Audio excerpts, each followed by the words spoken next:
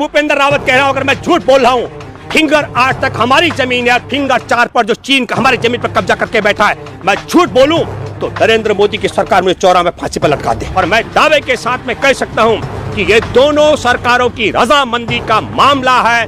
गलवान घाटी में हमारे बहादुर 20 जवानों की हत्या। मैं भूपेंद्र रावत दावे के साथ में कह रहा हूं कि फिंगर 8 तक भारत की पेट्रोलिंग होती थी। भाजपा के लोग षड्यंत्र के तहत चीन के साथ सौदा कर चुके हैं, इसीलिए इन्होंने कश्मीर के 3 हिस्से किए। और मैं दावे के साथ में कह सकता हूं, कश्मीर के 3 हिस्से करके लद्दाख का बड़ा हिस्सा चीन को बेचने वाले हैं। हमारे देश के 20 बहादुर जवानों ने अपनी मातृभूमि के लिए जो कुर्बानी दी, इन्होंने हमारे जवानों की शहादत को भी काली दे डाली है। ये देशद्रोही है।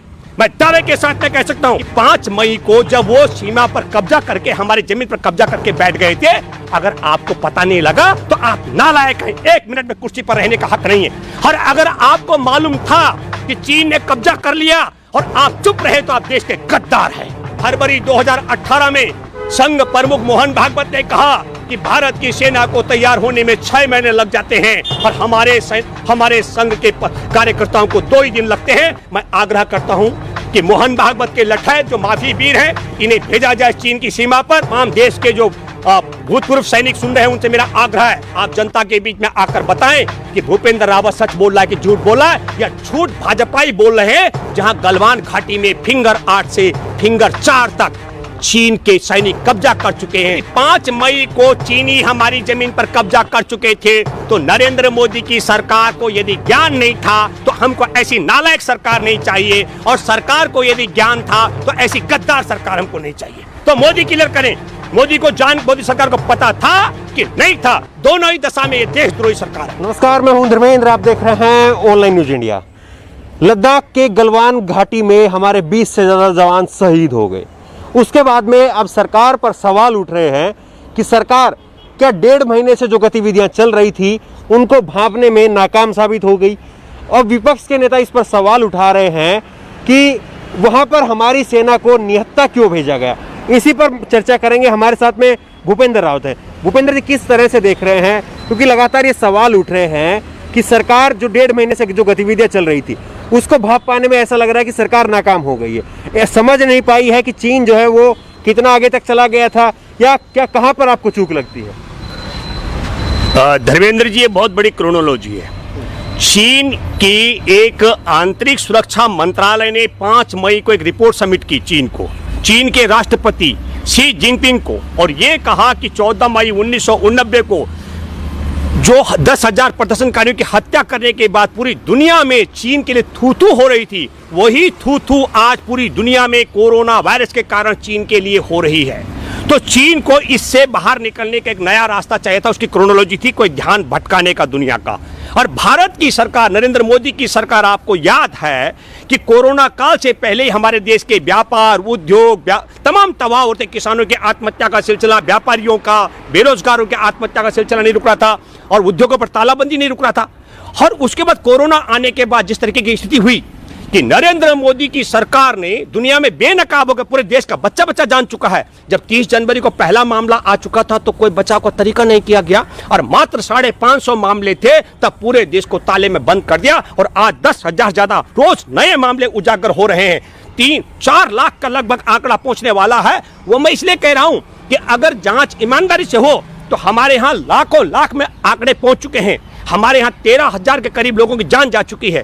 अब नरेंद्र मोदी की सरकार को भी बिहार और पश्चिम बंगाल की चुनाव में जाने से पहले देश का पूरा ध्यान कोरोना काल से भी बाहर लाना, इस पूरी जो आर्थिक मंदी और तमाम जो चीजें रही उससे भटकाने का तरीका था। और मैं दावे के साथ में कह सकता हूं कि ये दोनों सरकारों की रजामंदी का मामला है।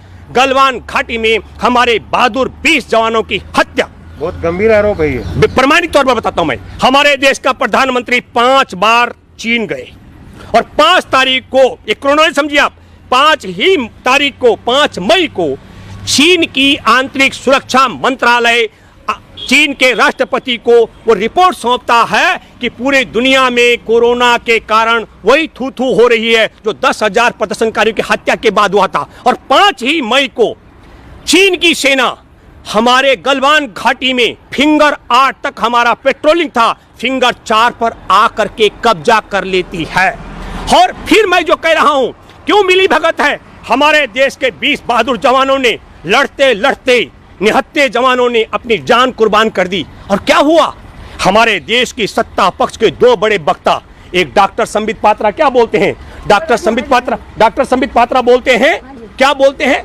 डॉक्टर संबित पात्रा कहते हैं कि हमारे देश की एक पत्ते की सुई की नोक के बराबर भी जमीन चीन के कब्जे में नहीं है। ये पहला सवाल समझिए। चीन का विदेश मंत्री कहता है कि जो गलवान घाटी की जमीन हमारी है, और भारत का सत्ता पक्ष का प्रवक्ता मनी मोदी सरकार की तरफ से डॉक्टर संबित पात्रा कहते हैं कि पत्ते की नोक के बराबर की जमीन भी चीन के लोगों के पास हमारी नहीं है। इसका मतलब वह जमीन किसकी हुई? जहां पर चीन के सैनिक हैं, भाजपा की तरफ से चीन की हुई। और तीसरी बात, पूर्व मंत्री शाहनवाज हुसैन भी कहता है कि 1 इंच जमीन चीनियों के पास नहीं है। और आपको बताता हूं, पूरे जो मैं आपके माध्यम से कहना चाहता हूं, मैं आग्रह करता हूं देश के पूर्व सैनिकों को जिन्होंने गलवान घाटी में ड्यूटी की है, गलवान घाटी में कोई विवादित जमीन नहीं रही, कोई विवाद नहीं रहा, वहां 8वें फिंगर तक भारत की पेट्रोलिंग होती है। तो मैं एक बात कहना चाहता हूं, अगर मिली भगत नहीं है तो चीन कह रहा है कि हमारी जमीन है, जबरदस्ती घुसे भारत के सैनिक, और भारत की भाजपा के दो प्रवक्ता कहते हैं हमारी जमीन नहीं है। और मैं आपको लगता है कि ये मसला जो है, आपको लगता है कि आप कह रहे हैं कि ये मिली भगत है? बिल्कुल, मैं इतना बड़ा मसला मिली भगत हो सकता है? हाँ, बिल्कुल, मैं आगे आता हूँ। हमारे देश का एक कलाकार सुशांत सिंह आत्महत्या करता है 14 जून को, और जैसे ही वो पब्लिक डोमेन में बात आती है, हमारे देश का प्रधानमंत्री तत्काल शोक व्यक्त करता है।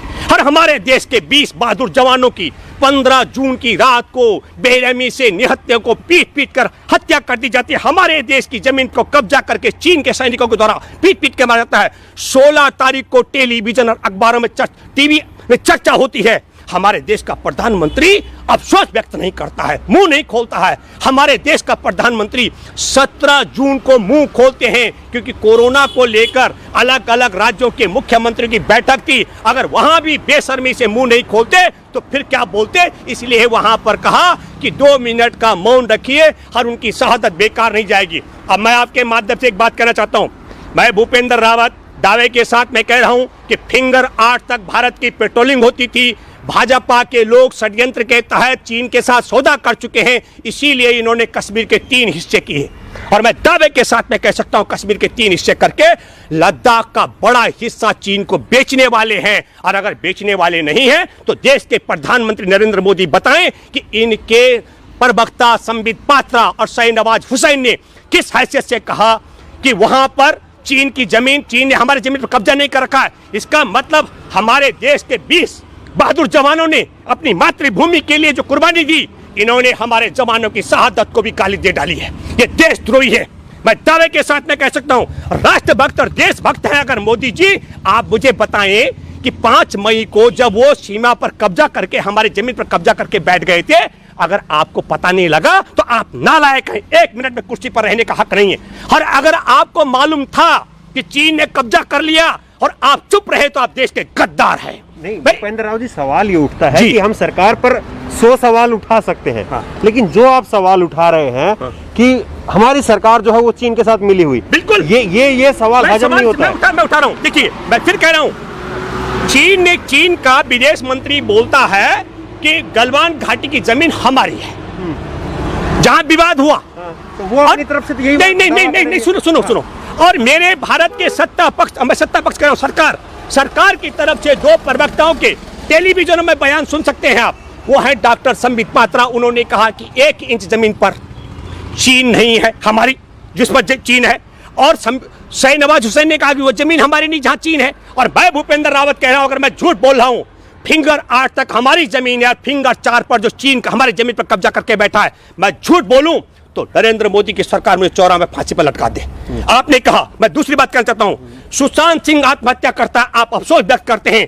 5 मई को, फिर क्रोनोलॉजी बताता हूं, 5 मई को वो कब्जा करते हैं तो 5 पंजे 25 मई को तय होता है कि भाजपा 750 वर्चुअल रैली करेगी, चीन से मंगाई गई एलईडी पर। और 750 का मतलब 150 पंजा, और फिर कहा जाता है राज्यों में भी 1000, और 1000 का मतलब 200 पंजा। ये 5 की क्रोनोलॉजी आप समझिए 350 इंटू 1750, ये 5 की क्रोनोलॉजी है। मैं एक बात कहना चाहता हूं आपके माध्यम से, यदि संबित पात्रा और शाहनवाज हुसैन के बयान से मैं नाखुश हूं, उसने हमारे देश की जमीन को चीन की जमीन बताया और हमारे देश के बहादुर जवानों की शहादत को उसने ललकारा है, कहता हमारी जमीन नहीं है।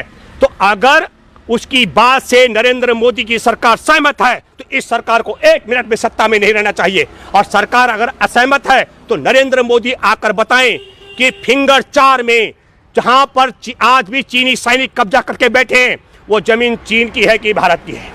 लेकिन अगर वो चीन कि हमारी सरकार इस तरह का जो है वो हरकत कर सकती है, जो आप जो इल्जाम लगा रहे हैं बेहद गंभीर इल्जाम है। मैं इल्जाम नहीं आप लगा ये रहा कह रहे हैं कि चीन के साथ में जो है वो सरकार जो है वो मिली हुई है या मिली भगत है, आप ये कह रहे हैं। आप उठा के देखिए, एक सभा को संबोधित कर रहे हैं देश के प्रधानमंत्री नरेंद्र मोदी, और कह रहे हैं कि जिस प्रकार हमारे 2 बड़े देशों के नेताओं के अपने संबंध हैं, मेरे व्यक्तिगत संबंध हैं, ऐसे संबंधों के लिए आपको कई बार सोचना पड़ेगा। संबंध आप मुझे बताइए कि जब 5 मई को उसने कब्जा कर दिया तो चीन से लाखों एलईडी मगर वर्चुअल रैली क्यों की जा रही है चीन के सामान को। मैं दूसरी बात करना चाहता हूं, जब चीन ने कब्जा कर दिया तो मोदी सरकार 2 का जश्न की तैयारी क्यों की जा रही है। मैं तीसरी बात कहना चाहता हूं, STEC कंपनी को 12 जून को ठेका क्यों दिया गया अगर मिली भगत नहीं है, और अब कह रहे हैं हम ठेके भी कैंसिल कर देंगे, अब हम ये भी कैंसिल कर देंगे। और मैं तो ये भी मानता हूं कि बिहार और पश्चिम बंगाल के चुनाव से पहले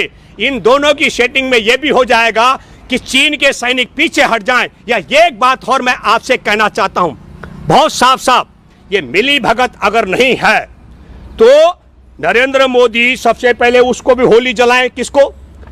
हमारे जो एलईडी हैं चीन से। और मैं एक बात और कहना चाहता हूं, आदरणीय प्रधानमंत्री नरेंद्र मोदी जी, आप 5 बार चीन गए, आप बताइए मेरे देश को क्या मिला? 4 बार सीएम रहते, 5 बार टोटल 5 बार जा चुके हैं सीएम, 5 बार 5 बार प्रधानमंत्री, 4 बार मुख्यमंत्री, टोटल 9 बार। हाँ, आपका चीनी प्रेम, मैं प्रधानमंत्री की बात कर रहा हूं, आपका चीनी प्रेम हमारे देश को क्या मिला?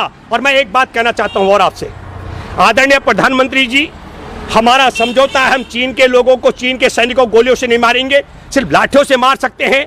हमारे देश में माफी वीर हैं, पिछले 90 साल से लाठी चलाते हैं।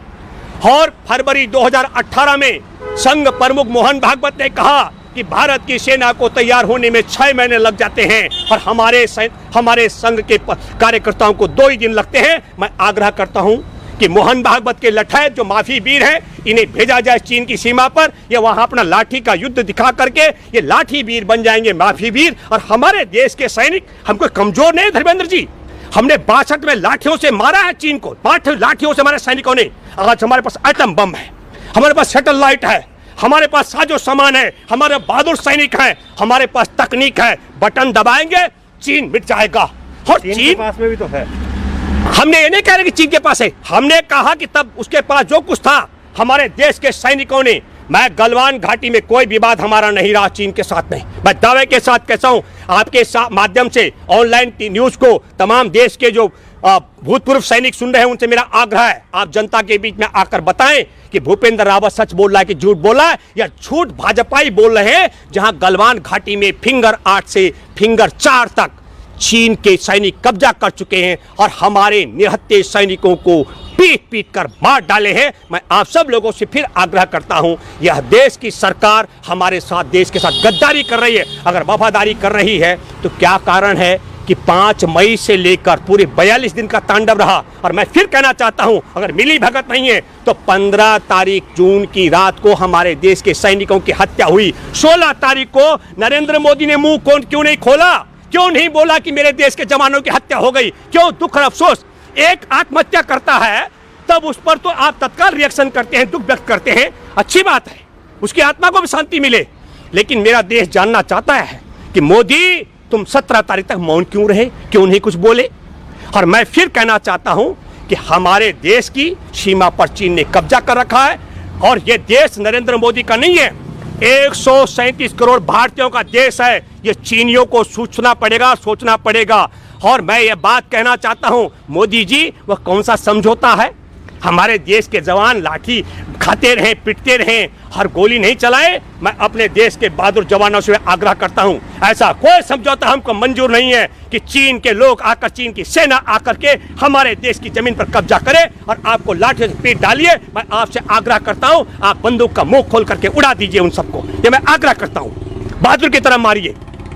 और लठात की बात करनी है तो वहां संघ के लोगों को भेजिए, लाठी चलाने का उनका अनुभव है, लठातों को भेजिए वहां। भूपेंद्र रावत के अपने दावे हैं और उसी दावे के अनुसार जो है वो सवाल खड़ा कर रहे हैं, इस पर कह रहे हैं कि कहीं ना कहीं जो है वो मोदी सरकार की मिलीभगती रही है जिसकी वजह से ये हुआ है। ये इनके खुद के व्यक्तिगत दावे हैं। इस खबर को लेकर के आपकी जो भी राय हो नीचे कमेंट बॉक्स में अपनी राय जरूर दें और इसी तरह की तमाम खबरों के लिए ऑनलाइन न्यूज़ इंडिया को सब्सक्राइब करें। धन्यवाद। इस खबर को अभी लाइक करें, शेयर करें और ऑनलाइन न्यूज़ इंडिया की सभी खबरें अपने मोबाइल फोन पर सबसे पहले देखने के लिए अभी चैनल को सब्सक्राइब करें और घंटी जरूर दबाएं।